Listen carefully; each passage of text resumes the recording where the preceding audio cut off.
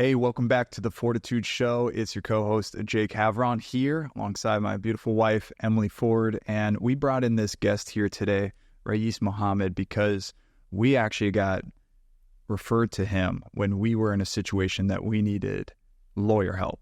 And it was a situation with being online and a whole debacle of not knowing what to do. And this man came in to really give us this guidance. This was over a year ago. And now here today, we have seen his works on social media, on helping over 1,300 entrepreneurs really save their face, their character, fraud, deception, all these things that he understands more than anyone else. And so you're going to want to listen in, especially if you are just getting into entrepreneurship. Maybe you're already majorly successful, or maybe you're not even in this world, but you want to learn the ins and outs of what's going on. We're not going too nitty gritty where you're going to just glaze over, but you're going to really hear what it takes to do business the right way. You're going to understand the difference between perspective and perception. And Raees is really going to dive into that. He's going to talk about, his works with what he's doing with what was once just almost like a joke of a page, Baller Busters, back in 2017, to now they're doing amazing work, really helping people not get scammed, not get deceived. All these people you might see in the public facing, they're really showing the reality of what that is. And Raees plays a big part of that, going through the actual legal attorney work on that. So there is so much to dive into. All I can say is listen with open ears, because the last thing that you want to do is think that everything is A-okay until it implodes. And you're going to learn some tactics and tips and tricks to really make your business fortified, make the way you have relationships with clients and prospects have fortitude between that. And we're just so honored to have him here. So it's the Beard Lawyer on Instagram. It's Mr. Raees Mohamed. And without further ado, I'm so excited to bring you to him on this show. Here we go. When we found Baller Busters, I got so passionate about it, and I actually started telling a lot of my friends about it. But let me back it up a minute. I didn't know you were a part of Baller Busters. So I found you through my publicist when, and again, not so naive to so many things. We've learned so many lessons along the way. But I just started working with photographers, doing brand deals. I don't know why I didn't think about having paperwork and signing certain things. But what happened to me is someone started using my images, making claims about something, and my character was on the line. And I'm like, what do I do? This narcissistic person is making all this stuff up. I'm like bawling. And my publicist was like, there's this man in Arizona, and he understands all of this. And I'm like, who? She's like an attorney. And I'm like, oh, is he just going to charge me? It was so foreign. And she was like, no, Raees knows everything about this industry. And, some of the best people we have in our life, we've gotten because of word of mouth. We get on with you, and then you're just like, here's the deal, boom, boom, boom, boom, boom. And it was such a peace of mind thing, but also a major lesson for us. And that is how we found you. And then I find you on the internet, and I'm like, dude is making serious change in our profession. And I'm so grateful for that. And I'm so grateful that you're here. Thank you. No, that's great. Yeah. That is actually how we met. Yeah. That is actually how, that's the truth. That's the truth. Before we knew you were a big top. Yeah. Yeah. Just a small. And then I go down, I call myself a little private investigator. I go down the rabbit hole, and I'm like, no way. Yeah. I'm like, oh, the universe works in mysterious ways. It just makes people that are meant to work together. Yeah. Yeah.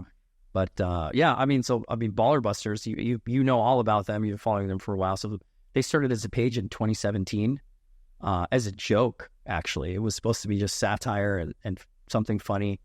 And eventually people were sending GMs about, hey, I've been scammed. And one of the first busts was a fake watch guy. And, it's easy to pretend to be someone else when the cameras are rolling, or even in business. But it takes a certain critical mass of people to ask questions. But you get to that critical mass unless you get to a scale. So you can keep defrauding people and being fake and saying one thing, doing another for your whole life without ever getting busted, until there's some structure behind, hey, who is this person really? Right. And that's what Baller Busters turn into. I'm not personally Baller Busters, right? But I'm part of the team. And you bring the attorney side, the actual like legal, like paperwork document, like the structure. So it's not just people just making claims, like you actually have evidence, right? There's a ton of diligence, like the amount of diligence that goes into, hey, is this accurate? Baller Busters doesn't just publish something because they got a DM saying, hey, this is a scam or I lost money. Mm-hmm. We don't know the story. Right. A lot of resources go into. There's a team of people that go and do the research, interview people for weeks and weeks before a word is said. And that's what I love about it, because that's how lawyers are supposed to work too, is we do our diligence. Just because somebody takes a position with something and is sitting across the table from you doesn't mean what they're saying is 100% right. And this is where the topic of, perception versus perspective, that's like my life, is perception versus perspective. Everybody has a perception. You walk into a room, you're giving off a vibe of how you want to be perceived. That's right. Right? Or you follow people on social media, you perceive them to be a certain way.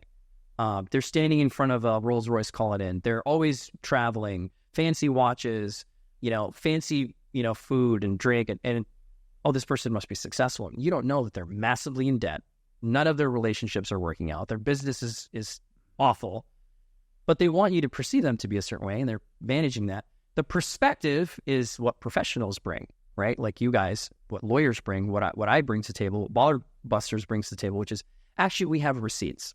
We actually know, right?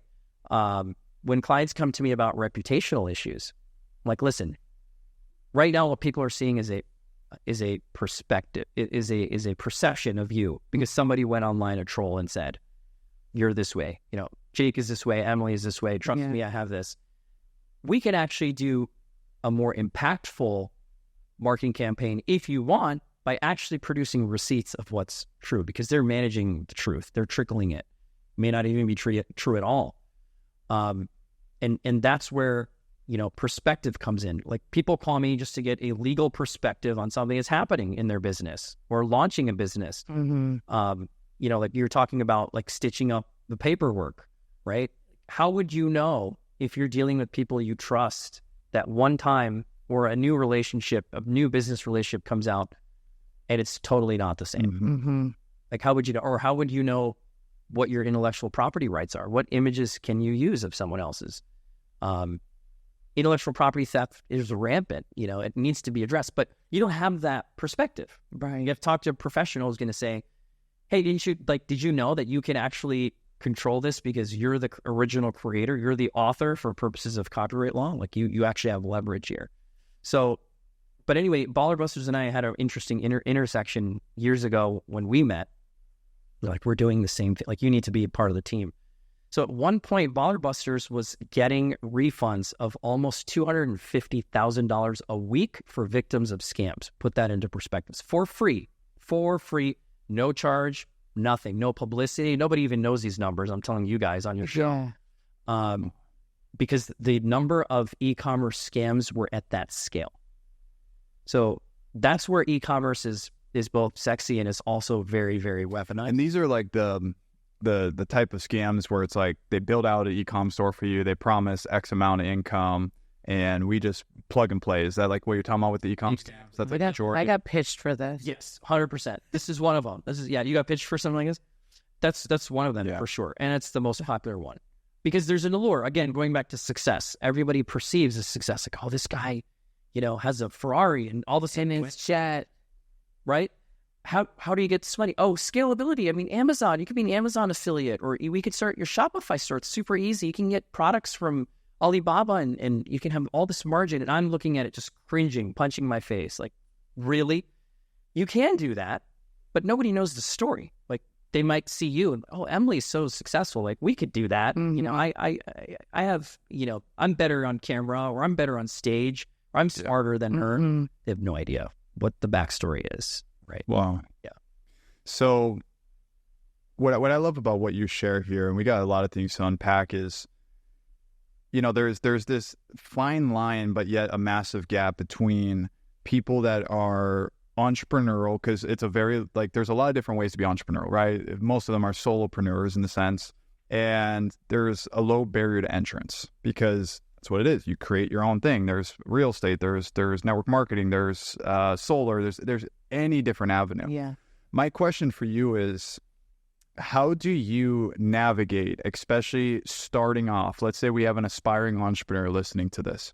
They don't see themselves as these big time scammers that we've seen on Baller Busters and all that, and it's starting to implode, but they are trying to do things the right way and they want to start, but they're also capped on resources to start.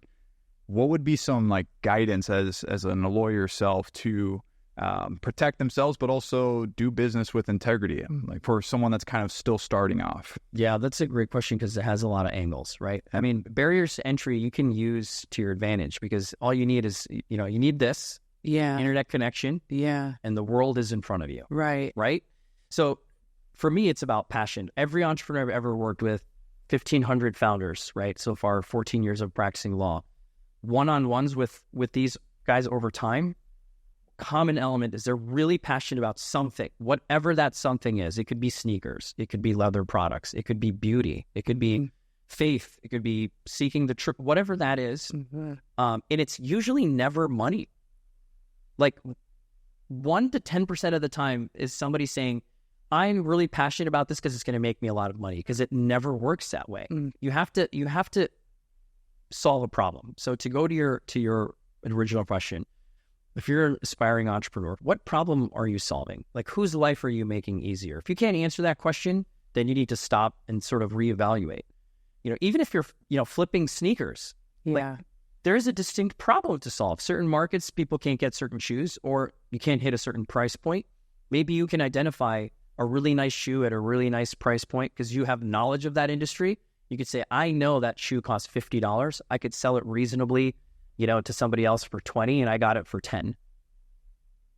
Excellent. Do that at scale. You got to get to that point. So really don't fear this idea that I'm passionate about X, but I don't know how to make money on it. Explore that. The money will follow. Okay. Obviously you have to come up with a business plan, but people tend to want to think like an MBA first with no experience in anything at all. And that's where the vulnerability comes, where you get paired with some mentor who's like faking, trying to teach you, but they don't have the practical experience, right? So an easy 1, 2, 3 is, for listeners who want to launch something, is find your passion. You don't need any money. First, start with create some content around it. Like social media is a huge blessing. It is a whole universe of opportunity. Talk about it, if it's makeup or beauty. And if you're not good at it, find somebody who's good at it and call them. It's funny because many of the people who are really good at something are willing to teach you. Just reach out to them. It doesn't have to be that they're selling a course. Contact them. Say, hey, you know what? I'm just starting out. I'm broke. I don't have any resources. I can't pay you. Can I talk to you every so often? I have plenty, I started my law firm right out of law school. Like the second I got my license, I was hitting the road, right? And now, and I teach as an adjunct at ASU College of Law. And so my students are like, hey, you started in 2009, the armpit of the legal market, like banks were closing. How did you do it? I'm like, yeah, I can tell you everything I know. I want nothing more than for you to be a 7-figure soloist or build a beautiful brand, because it doesn't take anything from me. Why don't you do this? Work for me. I've hired so many of my students for 6 months or a year to work with me, work on my cases, but you have to put in the work. And that's what I think people nowadays don't understand, because they see it on social and they think, to go back to our steps, right? Have a passion, create content, but they don't understand the iterations you have to go through. Life is all about the reps. Yes. Right? Like, you're not a weightlifter if you go to the gym and do one deadlift. And you can deadlift a lot of weight once. Like, we don't call those people weightlifters. Right? We call them genetically gifted. Yeah. If you're going to be a weightlifter, you're in the gym 5-6 days a week. You're doing the rep range, the hypertrophy training. It's the same. It's going back to your point, sleeping on a mattress. Yeah. How many people slept on the floor or slept on their friends' couches because they're putting every resource into a passion to get it off the ground? That's really a missing ingredient.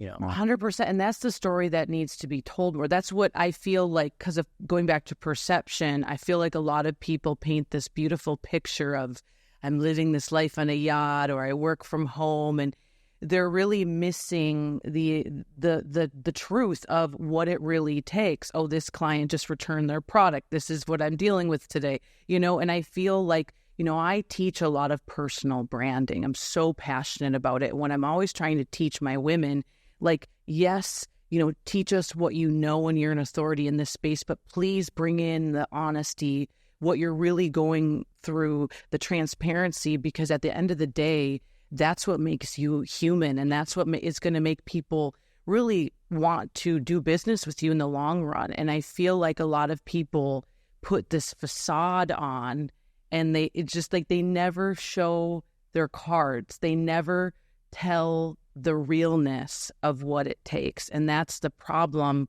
I think that's why so many people are like beating themselves up. Oh, I'm not this yet. I'm not successful. This is actually a very astute point, because I'll tell you a little anecdote. So when I started my firm, so it's 2009, everybody knows what was happening in 2009. Yeah. Banks were closing. You couldn't withdraw $10,000 cash out of your bank. You had to wait 7 to 10 days because, right, securities backed, mortgage-backed securities crashing. So bankruptcy was hot. Creditors' rights were hot. I'm like, dude, no way. I would rather bang my head against a wall and do bankruptcy law. I'm not passionate about it, but I'm passionate about entrepreneurship. I always have been. So I said to myself, I was dead committed to representing entrepreneurs. And the internet, like Facebook, you could sign up without a .edu email around these days. This is what's happening. So I saw an intersection. I'm like, I feel like the internet's people are going to do business on the internet. Amazon's taking off. This is before Jeff Bezos had a $500 million yacht, right? So I'm like, this is something I can explore, but I have to represent the small guy and gal, like people who are just getting out. I feel like I can offer value. So printed my business card, and I kid you not, and this is where the sausage being made is. My week was this: 30 hours a week was just meeting people and talking to people. It was just, what do you do? Tell me what you do. Are you willing to talk to me? Lunch, coffee, breakfast, go into your office. How did you solve this case? How did you get this case? The other 30 hours was marketing myself at the same time. That's 60 hours. I haven't touched a client. I haven't billed an hour yet. Then I would have to find the 20, 30 hours to do the work. Okay, so those are 90 hours. No joke. Wow. For the first several years of my practice as a soloist, I started, my parents' bedroom. They had a desk. Eventually, I had an office in a very swanky area of town because of the managing the perception versus perspective. Yeah. They would see my address on the card. I'm like, oh, this guy must be successful. And I was to a degree, but I didn't own the building. Right. But in law especially, lawyers tend to look at this from an elitist perspective. And this is where entrepreneurs need to learn this lesson, which is you can manage these things, but you have to be gritty. You have to get in there, get your nails dirty. Eventually, one of my mentors was like, you keep coming to me with all these amazing cases. First of all, where are you getting them from? Second of all, why don't you do the work and do it under us? You can actually be a partner in our business. So I went from being a soloist to 10 lawyer shareholder firm. I always had my own business. And then another lesson you learn in business, who you're associated with makes 100% of the difference, right? You always hear these quotes of, oh, you're the average of your 5 friends. But there's truth to it. Yeah. Either the people you're with, you're going to be anchored down to them, or you're going to catch wind and go sail with them up. Yeah. You're not going to be at a baseline all the time. You're going one direction or the other. So on that topic, what are your thoughts around seeing nowadays this whole smorgasbord, especially in the entrepreneur space, the idea of association?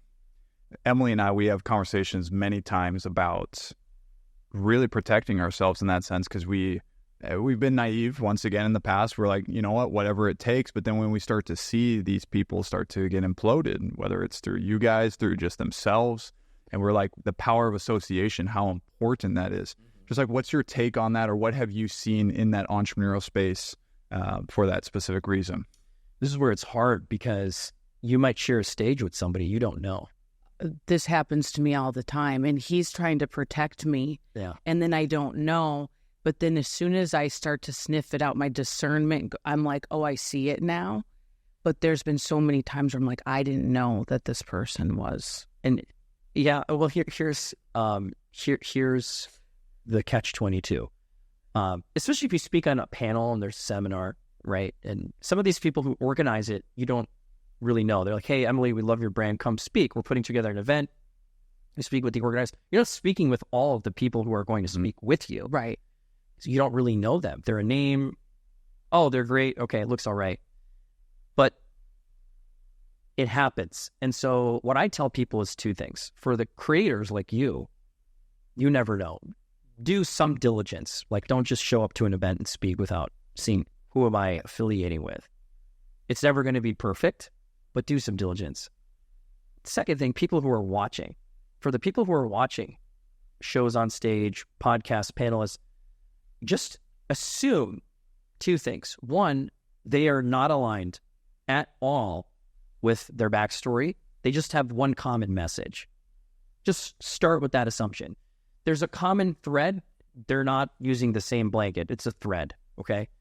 If you watch and you go to events with that, it's a little easier to understand context because it's very easy to get lumped in with everybody. Like, I won't name names, but I see, who's on the cover of this flyer that's circulating. I'm like, oh my God, I'm confident this person doesn't know who this person actually is. Uh-huh.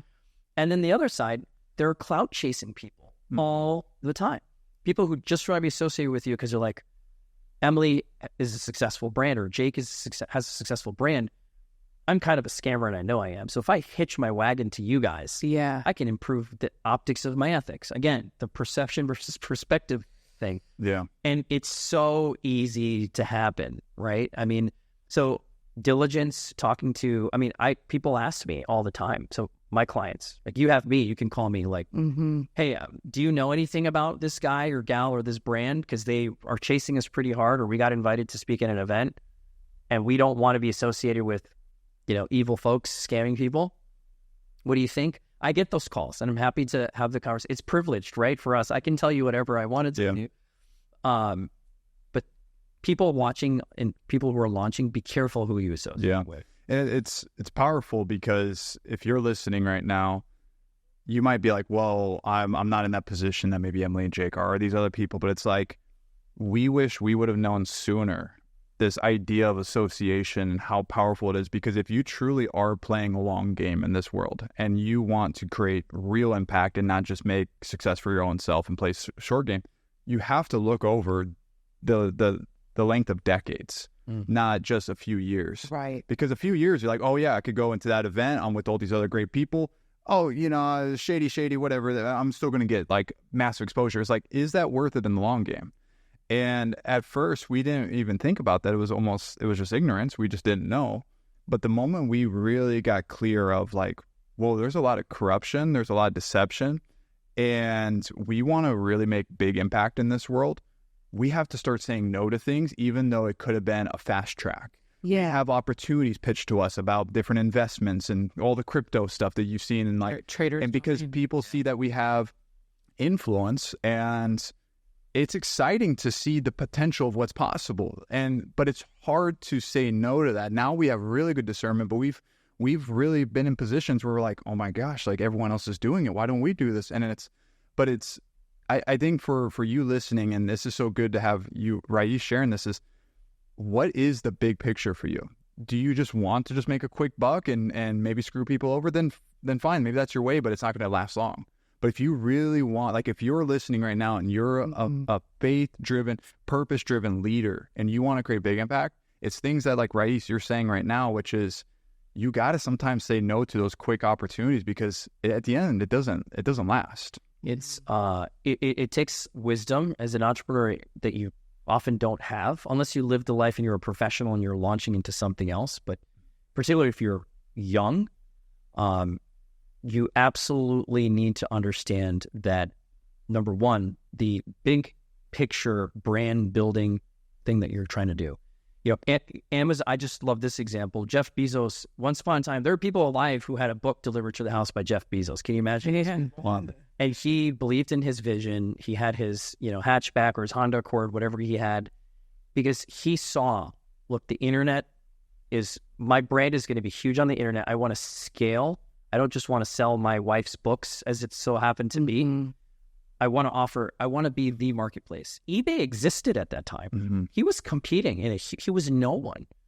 Mm-hmm. But he was big picture thinking, right? All of these founders are big picture thinking. And it's very hard to resist a quick result. Mm-hmm. And if you are an entrepreneur, or even if you're starting as a side hustle, to say, you know what? Geez, I could get paid 10 grand to be on this crypto podcast and push this, this coin, this offshoot of Ethereum or this, and I can make a ton of money. It's actually a funny one I'm going to just talk about. It happens to be that so many of the DMs that I get of, oh, hi, I see you have a good brand, beautiful woman, and then crypto. And I don't want to jump to a conclusion. I mean, she's wildly successful, but I'm not stupid and gullible. And I do my research, and I'm like, I know what you're trying to do. And so I'll play back a little bit. Oh, you have a great coin. What are you trading on? And the messages stop. And it happened on TikTok to me. It's happened on Instagram to me, where they drop in because they know that certain amount of communication within 5 to 10 minutes, and they know if they've hooked this fish or not. Mm-hmm. Yeah. Mm-hmm. What happened, by the way, to all these crypto people the past year? It was so quiet. Now it looks like they're all coming out of the woodworks. Bitcoin cratered and then started to come back. And so, again, I'm not dogging. I have investments in crypto. Yeah. But it's not the short-term trades, or it's not to sell you on paying me money to make you money. Mm-hmm. So what happened was the viability of that notion that I can make you money in crypto, this applies to real estate too, dissipated when Bitcoin, the most common one, started cratering.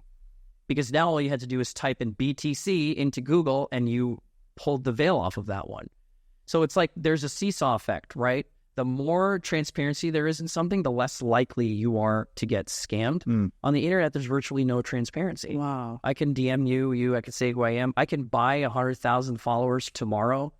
I can buy likes. I mean, think about it. I can stand in front of fake cars and homes. I can borrow clothes. I can put on a whole persona. You would never know, and say, put me on your show. And I can swear, I can look you in the face and swear to you, say, this is the best product. You will make so much money. Look at me. And I can sell the sizzle really hard with no substance.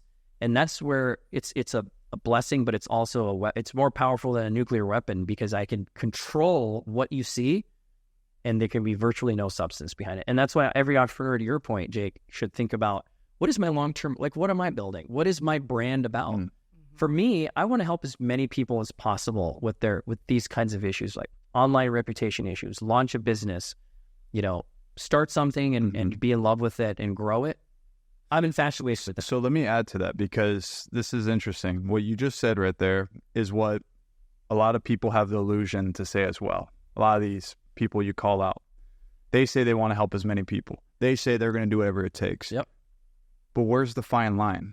How do you see what is maybe the influence of what they're really doing versus manipulation of they're being deceptive?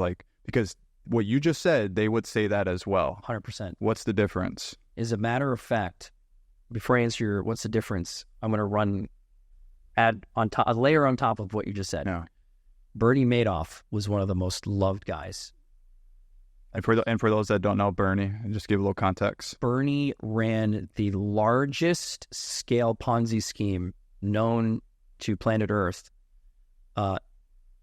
40, 50 billions or more. Yeah. Large institutions. Like in Wall Street, sophisticated investors gave him money. This is not a guy who's knocking on grandma's door. He did that too.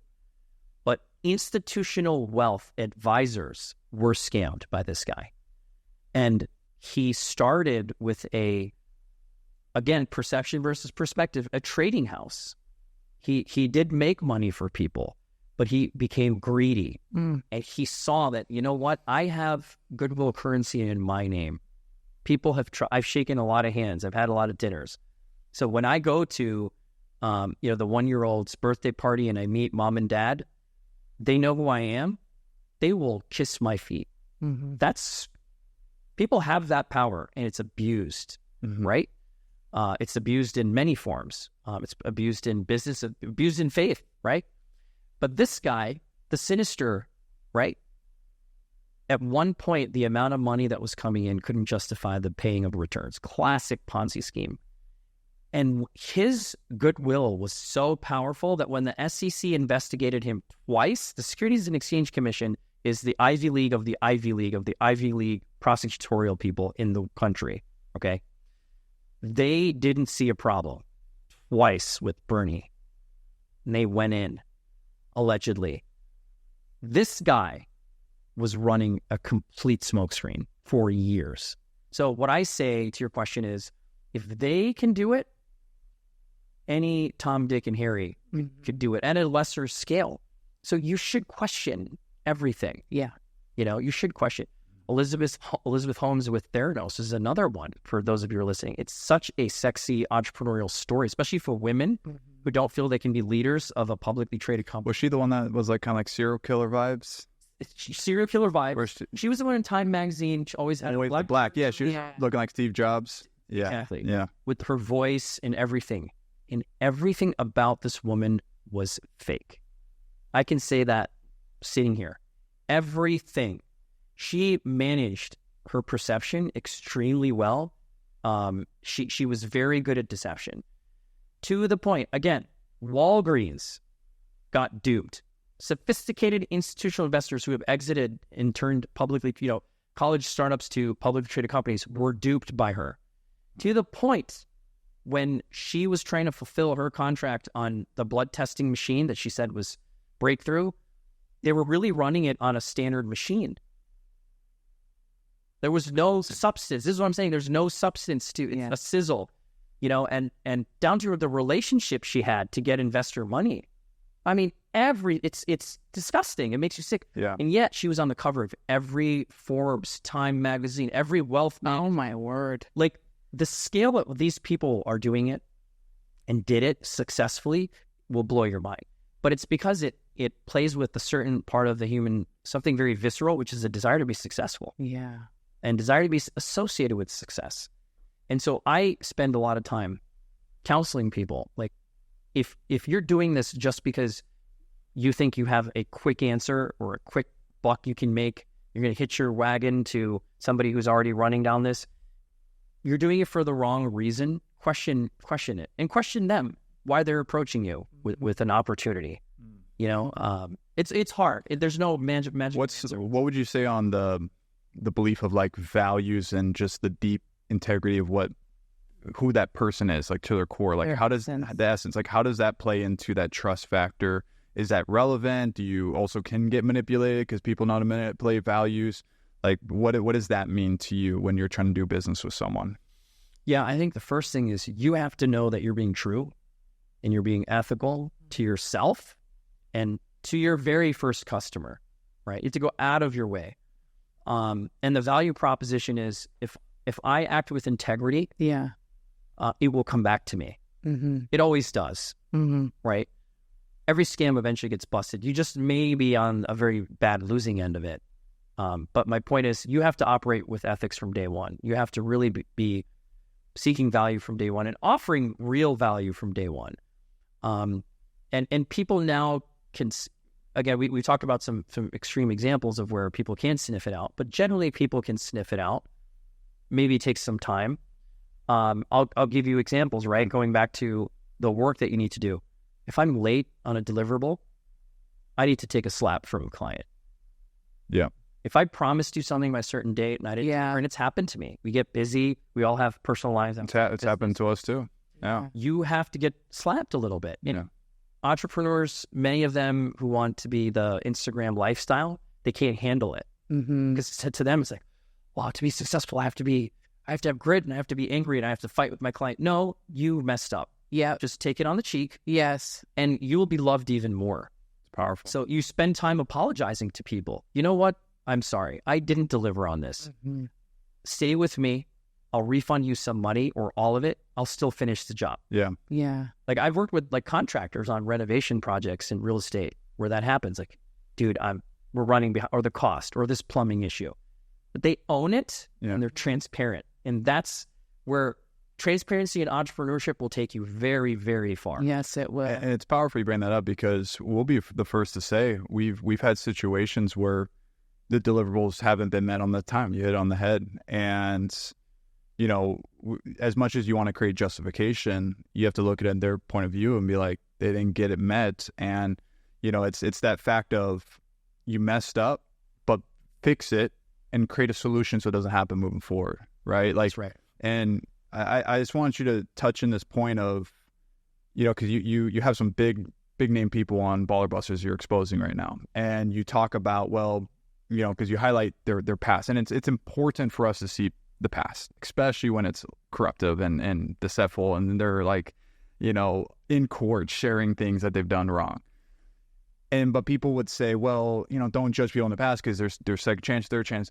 But where is the line on giving? Because, I come from a Christian background. I love studying theology. I love studying biblical truth and more than just the spiritual side. I'm very spiritual, but I love to understand the theology. And, there's a fine balance between mercy and justice. And if we had a world that was only justice, then it would be just, you'd be robots. You couldn't do anything. You couldn't live your life. We would be, just following rules. But if there was only mercy in this world, then actually injustice will run rampant, because the moment we don't get the slap on the face of that justice, now people can go and do worse things. Yep. And so there's that beautiful balance. It's the highway of mercy and justice.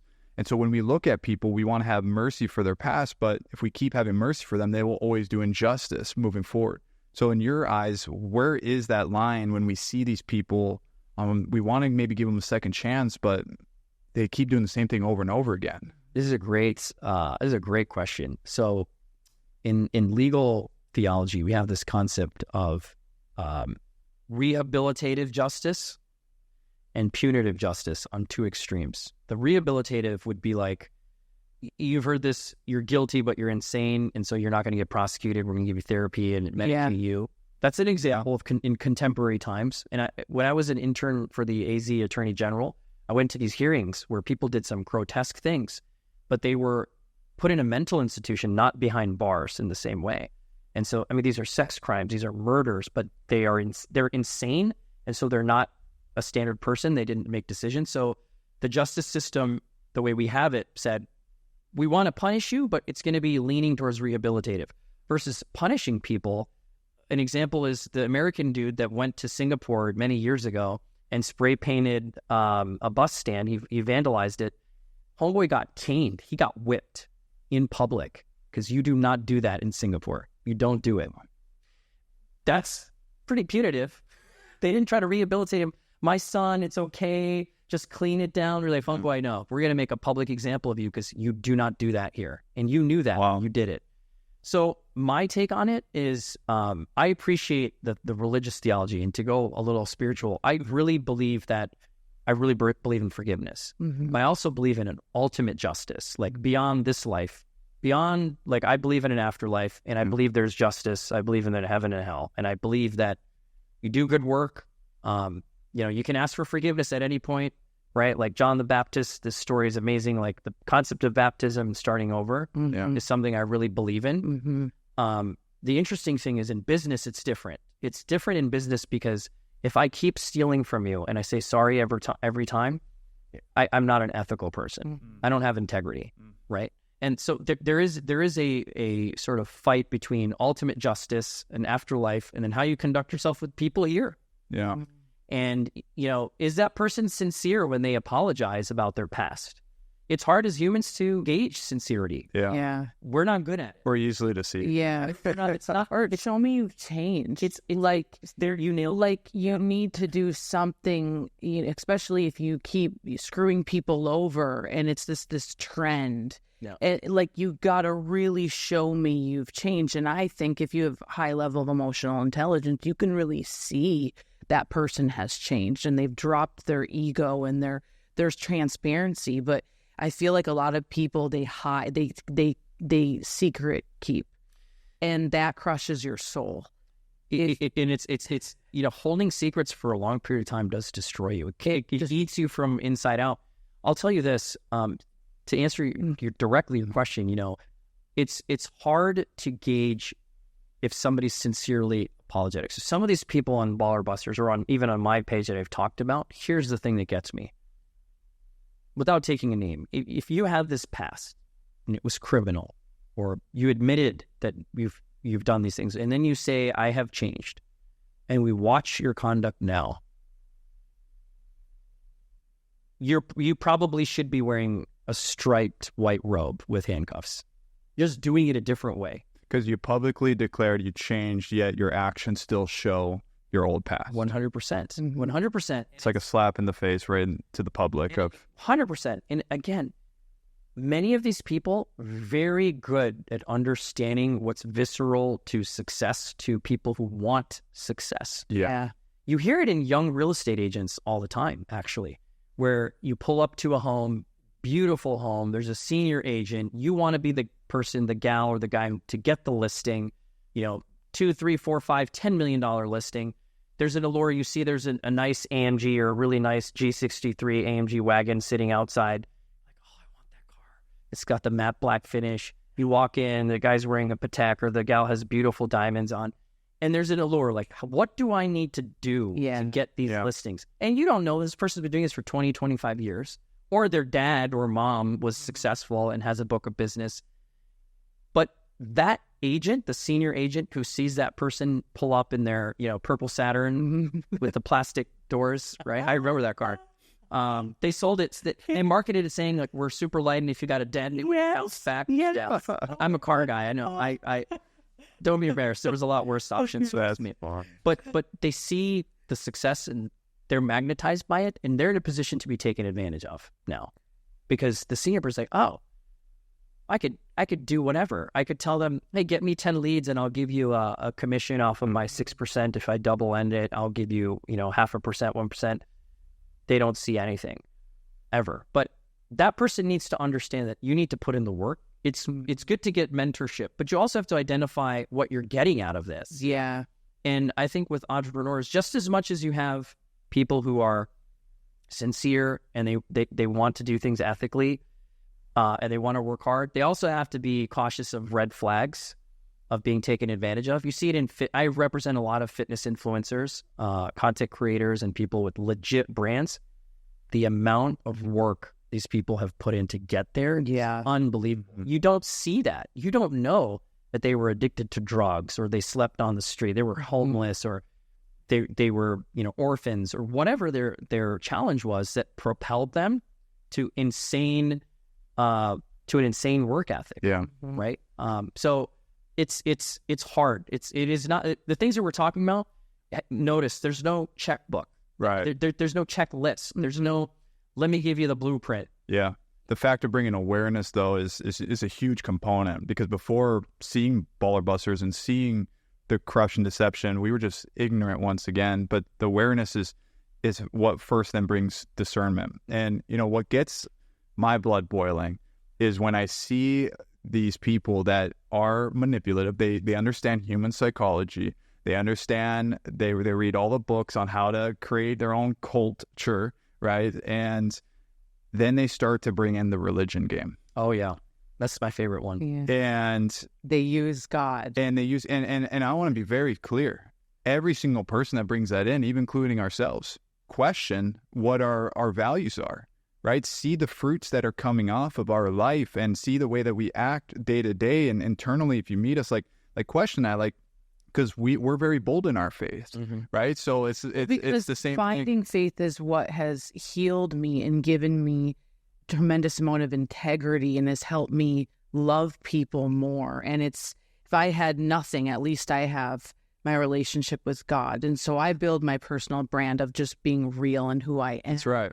But there's a difference when you're at a conference and you're like using it to try to sell your package. Well, and you didn't tell it down. You know what I mean? Like, it's like the God card. Don't put that out. But you can see these people that, once again, most of them are probably on Baller Busters. They, and this is, once again, the hard thing is because you want to give them second chances. Maybe they had a coming to Jesus, coming to God moment, whatever it is for them.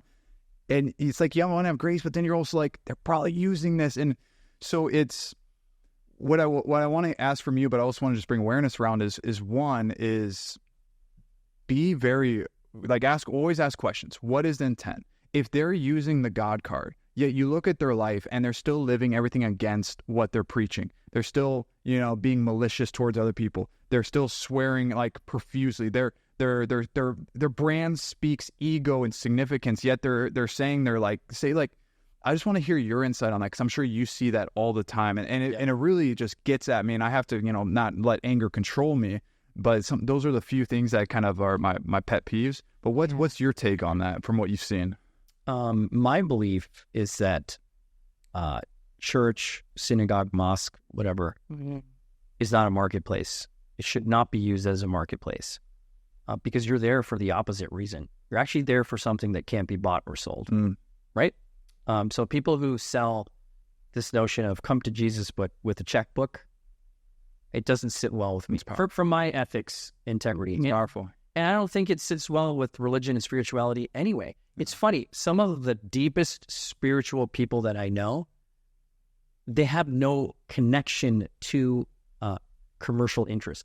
They might be wildly successful, but they live their life in a way that if I lost this today, I could care less. This is fun for me. I enjoy the next sale. I love making millions of dollars. There's no problem with that. Be rich and be affluent. But if I lost it, doesn't take anything away from me. They are deep. That's the connection with God that we're talking about. Is like this is the ultimate bigger connection. Yeah.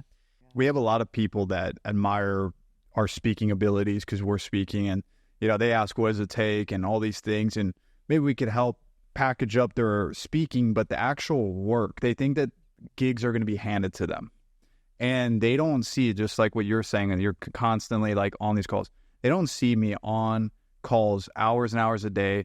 I have a VA that we're setting up emails I'm responding to, getting told no. Like, they don't see all that work behind the scene to get one corporate speaking gig, to get the ball rolling. And they think that because now we're speaking, well, they can do it too. I'm like, you don't see that work. And so I just love that fact of what you're sharing on that. I do want to touch one more point on what she shared, and then I have something I want to bring up on here. So network marketing, there are going to be a lot of listeners that are like, okay, well, there's got to be a way, because I can do this with integrity, and because you mentioned in the beginning, if you could find something that has a problem and bring a solution, whether it's a product, a service, something they're selling, how does someone that's listening right now build their network marketing base in an integrous way that is actually solving problems? Like, is there a way? Because there's got to be. There's still like companies up for 20, 30 years. They don't have enrollment fees anymore. It's actual real product. What's just your insights on that to let those people know that there is a way? They just maybe got to stop following the people that were doing it the wrong way. Transparency in the upside. Where is the upside coming from? That's the first question. Are you selling a process that adds value through a referral fee only? That's your only value add? Then be transparent about that. Say, you're going to make money every time you mention, every time you sign somebody up, you're going to make money. Our products are garbage. Our products are here. Our training programs, whatever. Just tell people. There's a reason why people buy McDonald's franchises. McDonald's is not healthy for you. It's because they get a ton of traffic. They own the best real estate. They offer a price point. Their drive-thrus are great. That's why they know that, right? It's the same thing. Affiliate and network marketing can be a dirty game. It's not always. You can absolutely do it ethically. Find the product or service and scale it. Test it. Do something really well. Have something that somebody wants. Yeah. Okay. If it's consulting, why are we paying you money? Like, people ask me this, right? Or they used to. Like, Raees, you just finished. It's transparent. You just finished law school. I just got my license. It's you can look it up. I can't hide that. You just got your license 6 months ago.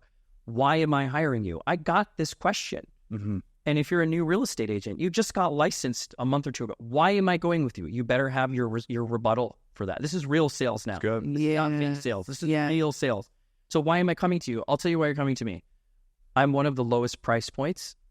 I'm not going to charge you for my learning curve. And I'm going to work as harder than anyone else. It's not going to cost you more. It's good. It's a great answer. Because my rate was like a paralegal rate. They're getting me. There's no 20 lawyer law firm. Okay. And when they text, I respond. When they email, I respond. And it was $1,000 at a time. It was a few $100 at a time. People see, lawyers making all this money, or your firm is this successful. Dude, it was to your point. Mm-hmm. It's like a few hundred, a few thousand at a time. And it built the trust. So you have to ask that question if you're an entrepreneur trying to launch, what is my value proposition? What is it? Yeah. It's powerful. If you can't identify it, then you need to rethink a little bit on what that is. It's good. And I love your analogy because you got a degree. And most people probably aren't listening right now, majority, including us, we don't have degrees. What you could have done the wrong way is you could have hyperinflated your promises. And then what most people do nowadays is they hyperinflate the promise, but you kept it real. And I'd love to hear your take on this idea of there's people that you should trust because they have a degree, but there's also people you could trust because they don't have a degree, but they know how to create results. My own personal experience, I came from a degree, but not in the thing I'm doing now. I came from a nursing background. I come from the healthcare. I left nursing. I wanted to do something new. I wanted to help people in a different way. I did the most stupid financial decision you could do, go from a 6-figure job to going being a personal trainer, getting paid barely anything. But I loved helping people in fitness, not knowing anything about entrepreneurship. Actually, Andy Frisilla was one of my very first podcasts I got recommended to.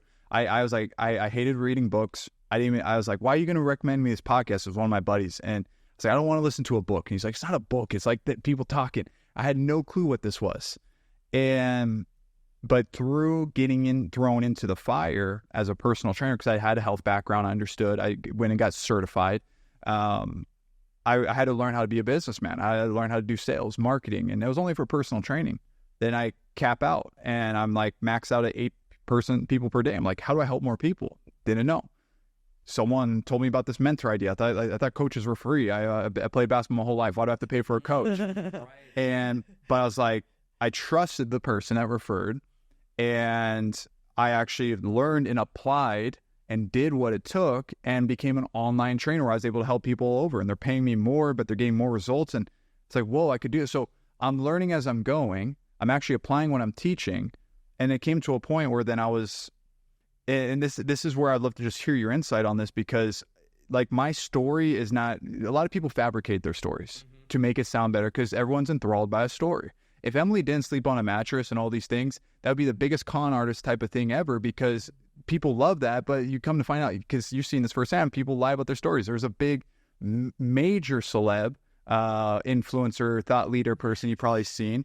For 3 years. That lied about his whole upbringing. 100%. This one really annoys me. Yeah. And so to continue the story arc, though, I start to work with a lot of high-profile people in their fitness that were traveling all over the world, and I start to pick up, and I'm learning from outside sources, right? We're in a beautiful state of life now where you can learn the same things you would with a degree if you go and actually do these programs, these trainings, you go to these different seminars that actually have substance, right? It might not be to the sense of like you're going to Harvard, but you can still learn business tactics and strategy. I could go and sit down and learn a program from you and learn law in a way where I don't go and become a lawyer, but maybe I could learn the abilities to bring that. So I'm learning these different things. And then finally I'm like, man, I think I really like helping people make money, but I'm not going to try to charge people because who am I? I had imposter syndrome. So I offered it for free and I got results, and I helped people in their sales and leadership, and specifically maybe a little marketing. I wasn't helping them with finances. I'm not a financial person. I knew my limits, but after enough results compounded, I was like, maybe I should offer this as one of my opportunities, this business consulting in a very specific way. And it finally got to a point where I was doing that full time. So my belief behind this, I'd love to hear your insights on this, is that it's more about what you can create on results on a consistent basis versus any sort of background you have, sort of any place you come from. If you can create results and do it consistently, not just once in a while, but consistently, then we are in this economy where you can go create something from nothing. We are where Jeff Bezos goes from the job he once had to know how to create results, delivering packages to people, and continually do that on a consistent basis, that now he has Amazon. What's your thoughts on that, of the degree versus, learning from, I guess you would say, hard knocks, but following that type of principle? Yeah, believe it or not, this still applies in law, right? Because law is a business. Running a law firm is a business. I've been an adjunct for 12 years, and I see students with creme de la creme background. I mean, creme de la creme, like top number 3 in their class, number 1 in their class, undergrad, Harvard, Stanford. Then I see somebody who, on paper, I wouldn't, if I'm recruiting, I wouldn't look at their resume more than twice. And I see the results. In my program that I was a director of, it's all about practicing law. It's not about reading a book and taking a test. You interview clients, you write, you think like a lawyer, you solve problems, you present. You have to be a good orator, you have to be a good listener. So I'm teaching them these skills, and I see night and day results. So the paper stuff may be important for certain professions. You're not going to walk into Merrill Lynch and say, I went to community college. That's right. Work here. Maybe. I mean, there's a movie that Will Smith was in, right? Yeah. I forgot the Pursuit of Happiness. Pursuit of Happiness. Thank you. Yeah. Where 1% of 1% can do that. Yeah. Like being a doctor, being a rocket engineer, like there's certain things you do need a degree in. Attorney. Yeah. But the principle still applies, that the paper, like that degree, that check the box, only goes so far, because now you have to prove yourself, even in those professions where you need the degrees. So people who are listening who are like, look, I'm a dropout, or I have a community college degree, or I have a certificate, or I don't have anything, I'm just really, really passionate about art. Do that. Do it more passionately and better than anyone else. And put yourself out there. That's the other thing people don't understand, is you have to put yourself out there. Yeah. So people who come to my house, people don't know it, but they come over and they see my artwork. Like, dude, you're a phenomenal artist. Like, it's a hobby. I don't put it out there. At one day, I might start promoting my art. I love realism. I can do like drawings that you would think are photographs. That's still I have. I'll send you guys some pictures. Yeah. But my point is, I'm not putting it out there because I'm not passionate about promoting it. Maybe one day I will. Right. But if you're an artist and you're a hungry artist, you need to be out there. You need to be drawing. There was a guy outside of my hotel on Newport Beach with an oil canvas in real time painting the beach. That is amazing. Like, how many people are seeing you? Put it on Instagram, do a live, talk about it, connect with other artists. People have been discovered today, being talented and working hard more than ever before. That's a huge message. I mean, do something so well that it's desired, and then put it out there and make people happy. But your point about teaching people how to make money, if you think about it, every person in this room is doing something to help somebody make more money. I do too, right? Videographers record, they are too, indirectly. Both of you are. Yeah. We're just packaging it differently. We're focused on the immediacy of our value add to you, right? If these microphones weren't set up correctly, you're not going to be happy when you listen to the final product. But we know, before we walked in this room, the amount of, she was wiping the dust off the wall. Like, that's amazing stuff. That's detail-oriented. That makes a difference, right? Those are things where, like, you have to wipe the dust off of the wall in your profession, of whatever that is. You need to be that person. Forget all the sexy allure of, like, seeing it. You can't, this is, I think, the disconnect. You can't pretend to be that without actually doing it. It's so good. And that's the fine line between marketers that boast, because it's good to boast from the hilltops as long as you actually are doing, or you have the thing that you're boasting, right? And the problem is, too many people boast about things they don't actually either practice or they don't really have, correct? 100%. I can legitimately say I have personally advised at least 1,200, probably closer to 1,500, because I counted my files before I gave that number, because lawyers have to be accurate in their marketing. It's an ethical requirement, believe it or not. Wow. So I counted my files, and I stopped counting after a certain number. I can legitimately say I've had one-on-ones with X number of people, and I've learned from them as much as the value they've learned from me. I can say that. I don't need to sell my skill set more than that. You're going to hire me because you feel like we have a connection, you see my background.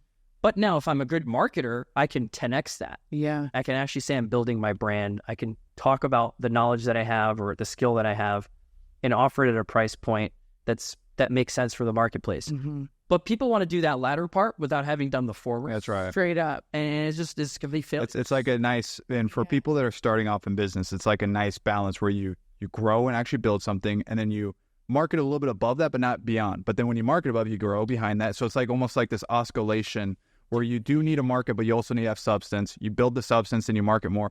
Some people just build a tiny substance and then they market 100x and they create this giant chasm of what they're actually saying, and it's all just fraud. I knew how to do 3 things when I graduated law school. Okay, here's the 3 things. I could manage my time really well. I could take large amounts of information and reduce it down to the key points. And I did know how to draft certain documents because of my program, but I ended up co-directing because I believed in it so much that I taught it for 12 years, which is, you need a partnership agreement, I can do that. I don't need to pretend and say, oh crap, now I got to go and study and I lied to this client that I could do it. I know it. How many iterations of that from day one to now? This is what the entrepreneurs need to hear. You got to do it once, screw up, get smacked, talk to somebody, show it to somebody, and then present it to the client. Don't do garbage work and unless you're going to be apologizing to everybody. But getting good and getting excellent takes a lot of iterations. So it seems like doomsday when you think about, well, how do I get so, like, I'm okay, but I'm very passionate. That's okay. Start small. Do it for somebody who you trust and that they trust you first, and say, look, be patient with me. I had clients where I told them who had successful software companies already. I said, dude, like, give me business. Like, help me to help you. I will work nights and weekends for you. And they did. They were like, okay, don't charge me more than this. Don't spend more than 2 hours on that. Go back and redo this. I still, to this day, my first client who's still with me now, taught me so many lessons. Love it. You know, like, literally told me, literally said to my face, you want to be a better lawyer? Cut the college habits. I'm like, what do you mean? It's like, oh, you're answering emails at 2 a.m. You know how sloppy that makes you look? I was like, oh, that's profound. You want to be the person that is, right, that looks and is well managed. Because depending on your business, if you're a business coach, you want to be sloppy. So again, you have to live it. You cannot fake it. If you're going to scale it, you just have to. This is so good. I mean, you're getting me jacked right now because I'm like, I can feel myself, because I have spoken for free for over a decade, and now I can charge what I can charge. But it's from the reps, the 10,000 hours. But then also, I really want you guys to hear what we're talking about. It's like becoming so passionate about something that you're willing to stay up and learn about it. You're willing to just get so good at it. You're willing to do it for free. And then eventually you go pro after putting in the work, and then people will pay you a great amount of money for it. But I think it's that time in between. Like, I heard you talking on another podcast, and it's like, you want to be so good that people just, they want to work with you. Like, that's right. I feel like the ego, the look at me, it is so gross, honestly, where it's just like, I'm the best. Like, if someone has to keep telling you they're the best, they're probably not the best. You know, you should be so good at what you do. It's just like watching heaven in motion. And it's just, people just want to work with you. But the only way to really get there, there's a little bit of gifting, I believe, on your life. You're activating in your gifting. Obviously, you have a gifting of intelligence, right? But then you also have, you've got to nurture that, work it, that eventually, again, like, you can get paid a great amount to do what you love. 100%. And looking back, 14 years ago, and just thinking, like, starting my own law firm out of law school, it's like the craziest idea. Everybody that I asked 10 senior people, they all said, you're crazy. Go work in bankruptcy.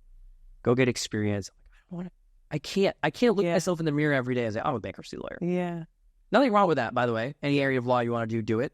But for those who are listening, that's where the passion is. And you're going to have to do things you don't want to do. Like, even now, there's certain cases or certain things that happen in large 6-figure cases, right? Where 7-figure cases, I'm just like, I really don't want to do this. But I have a client who's signed up, who's believing in me, who needs my help. They're in the door. I need to do it. I have to do it. I don't have a choice. And I think with entrepreneurs, we do this as well, which is analysis by paralysis. You need to just do. Like, you cannot overthink. There's going to be iterations. Like you said, how many stages were you on? How many, trainees did you have, right? Where you had to go through a volume. People don't understand volume. They don't understand the hours, the work. That's real entrepreneurship. I could say there's one common trait almost every single client in 14 years. And again, some of these are college kids to CEOs of public companies or who've exited 9-figure exits. Common characteristic that I see is they have this grit and they have this belief, and it's an obsession. You can't take it away from them. They're just like, I don't care what you tell me, Raees. You can tell me that I'm stupid, but you need to tell me how to do XYZ legally because this is my passion. Yeah. And you need to protect me because this is what I'm going to do. And you can't tell me no. Wow. Yeah. It's powerful. Yeah, this is so good. I think this is going to have to be one of those things where we bring you back in the future when we talk more. Next time. We talk, and because I already know there's going to be a lot of questions that come in. By the way, if you have a question or you're curious about something specifically with Raees, you can message us on Instagram because these will be compiled for probably a future episode. I already was playing that in my head. I was like, we need to just go through some specifics, like almost like a little mini boot camp masterclass on law. But if there's someone right now that's like actually in a dilemma, whether they need to get paperwork set up because they're about to launch a new agency and they don't want to get screwed over, or they're dealing with something like how do they actually work with you? Because we personally worked with you and we're very blessed and we have many more things that we need because we're launching a new company and we want to have the paperwork right. So we're coming to you. Now we want to, we will. We were coming to you, but for some, so we put our name behind you, and that's why you're here as well, because we respect you, and you're more than just a lawyer. You actually have a really big heart, and that's a huge thing. And I'm sure you listening, you can feel that from him. He has values, he has character, he has quality. Like there's a lot of lawyers out there, but we are inclined to you because we could feel that genuine nature. And I hope that's the same as well here. And so, but there are people that are needing help. How can they get help from you? Yeah, well, first of all, I mean, there's a lot of things that we do at my firm. You know, we do the general business stuff, you know, the contracts, the relationships, the vendors, licensing agreements. Our focus and our niche, of course, is like the online world. The internet world is our domain. Nobody does it better. Nobody has done as much as we have. So that's where we add the most value. But even if it's, hey, I'm launching this business and I just need help on legally, like what do I do? Do I create an LLC? Do I take a corporation? Do I form in Delaware? Do I form in Wyoming, Nevada? I can walk you through all of that. No problem at all. People can, you know, on our website, I'm sure we'll link stuff. Yeah. You know, but on rmwarnerlaw.com, there's a contact form. They're welcome to DM too. We have the law firm page, RM Warner Law. I have my page, Beard Lawyer. And yeah, all that will be technical. I love yeah, it. Thank you. Yeah, but you know, it's the key thing is you have to be fearless when it comes to going after what it is. You have to be like, even if you can't be an Uber driver unless you have insurance and you have a license. Like that's the way I look at it. There's no profession where you don't need a baseline of things done. Every entrepreneur needs to be like, somebody needs to advise me on risk. Mm-hmm. Or I'm going to scale. I should do it in a way that it's not going to cause me to be flushed down the toilet. Mm-hmm. And talk to the two advisors. And that's what I'm here for. So they could click the link below or message you and like set up like a consultation? Absolutely. The first step is like making sure I can advise you and know you on what you're trying to accomplish. And we do that in a 30-minute session, making sure that you get value and you can decide if I'm the right person for you and vice versa. And that's how it worked when we got referred, because we were so lost. We had no clue. We didn't have any representation before. We had all the thoughts like, oh my gosh, is this going to cost so much? Like, can we trust this guy? Is he really for us? And all these things. But we got on a consultation because we trusted the person that referred us. And we were just blown away by the value. And you said to us so clearly, the things you're sharing is not just what you can find on Google. You're giving us very custom specific insight for our situation that made us feel like, one, he understands us, two, he knows what he's talking about, but three, he has a solution. Mm-hmm. And the solution was viable, and then we can move forward with that. So that was what we experienced. And so hopefully if you are needing that, there is a reason why he is the Beard Lawyer, because he is someone that you can really respect. Beard Lawyer. Talk about branding and marketing. That's so good. It is a real beard, right? It is it's growing. And what I want to say is so often it's like we're like, oh, we wish we had it. Like you do. a lot of people just dive in. They need now money, or they're just ready to go. And you're like, well, it's just like someone thinks they'll never get divorced, right? It's just, and hopefully you don't get divorced, but I'm just saying, like, then you're like, crap, I should have thought about these things. I can say that, like, you need to have documentation, working with people, paper signed beforehand. Like, you got to think these things through, because it's painful on the other side otherwise. The one thing I can say without any, I can say unequivocally, business is brutal. If you're going to be good and you want to be successful, whatever it is, it could be a barber shop. It is brutal because you are offering something that's personal. You're getting something in exchange for it, and you're giving something up in exchange. There's an exchange. In the business world, is a brutal world. Like, how can you wouldn't ride your bike without knowing how to ride your bike. You wouldn't do it off a dangerous cliff without a helmet and knee pad. I mean, so when I see business owners, some people sit down in my chair like, oh, I've been in business for 2-3 years. And we talk through what they have and they don't have. And the end of the meeting, they're just like, I cannot believe I didn't know any of this stuff. Like, how you wouldn't know unless you explored that. You know, it's like at a certain point, you don't want to do your own taxes. You're not going to rely on just QuickBooks or Quicken to do your automated. You're going to talk to CPAs, tax it. But those are things you graduate into. But start talking to people now. Set it up. Maybe it's too early for certain things. But something as stupid as your brand protection, your trademark, or like if you're going to be putting yourself out there, what intellectual property do you own? We do collabs. Who owns what?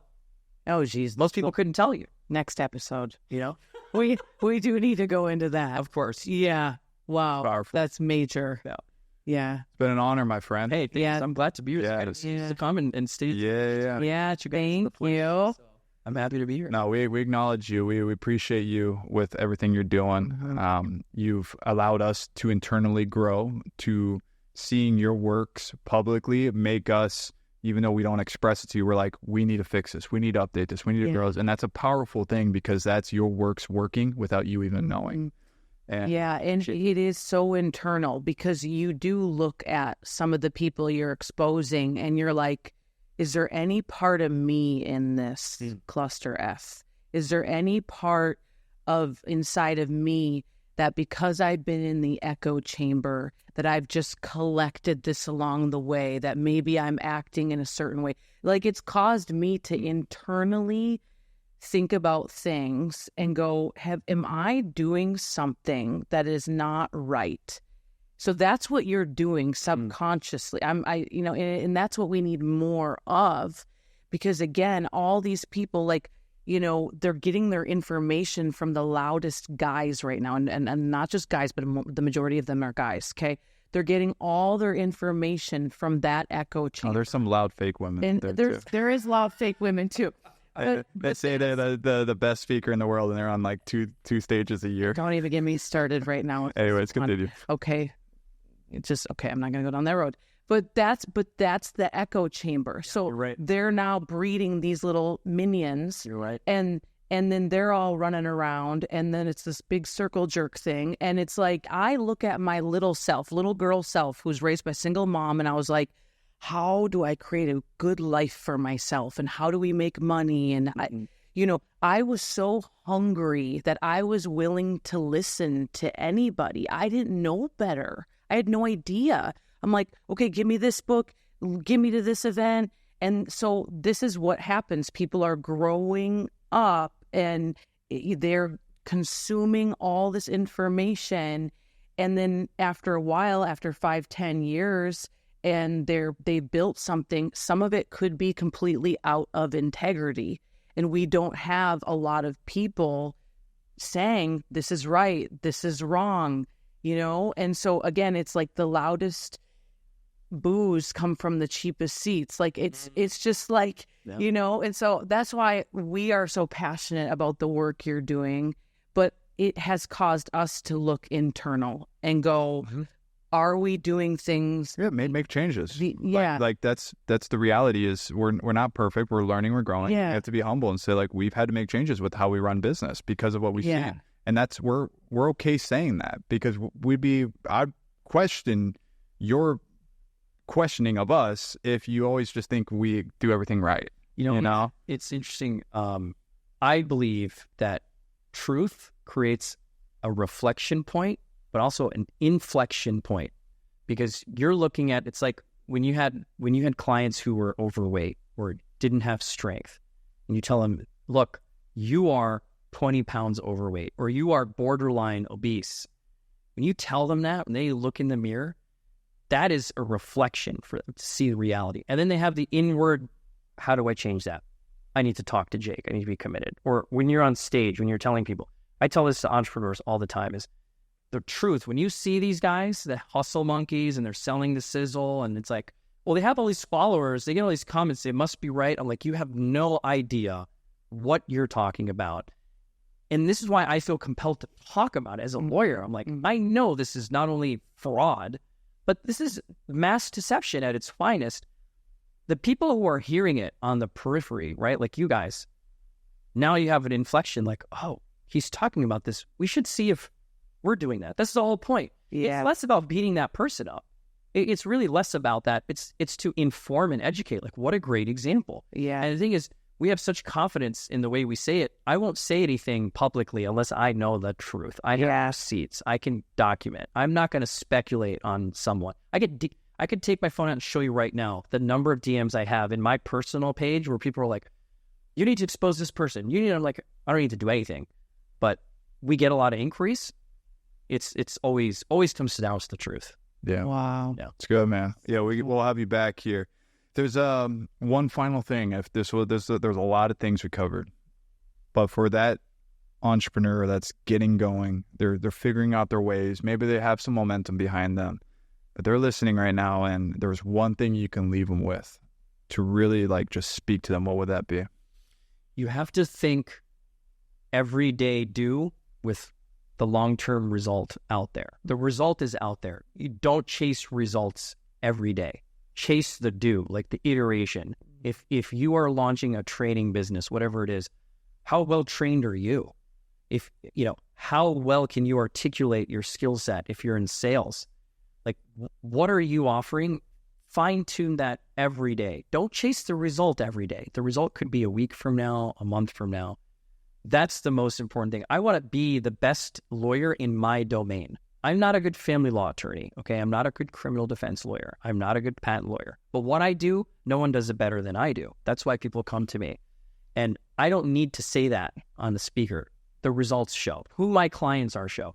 So get to be the best, or at least be on the way there. The journey, you have to respect the journey. That's I think, the bottom line. Don't chase a result. And I want to have carrots along the way. You have to, like, reward yourself. But you gotta do the small things every day to get to the big picture. Okay. Thank you for being here. Yeah, my pleasure. Till next time. Awesome.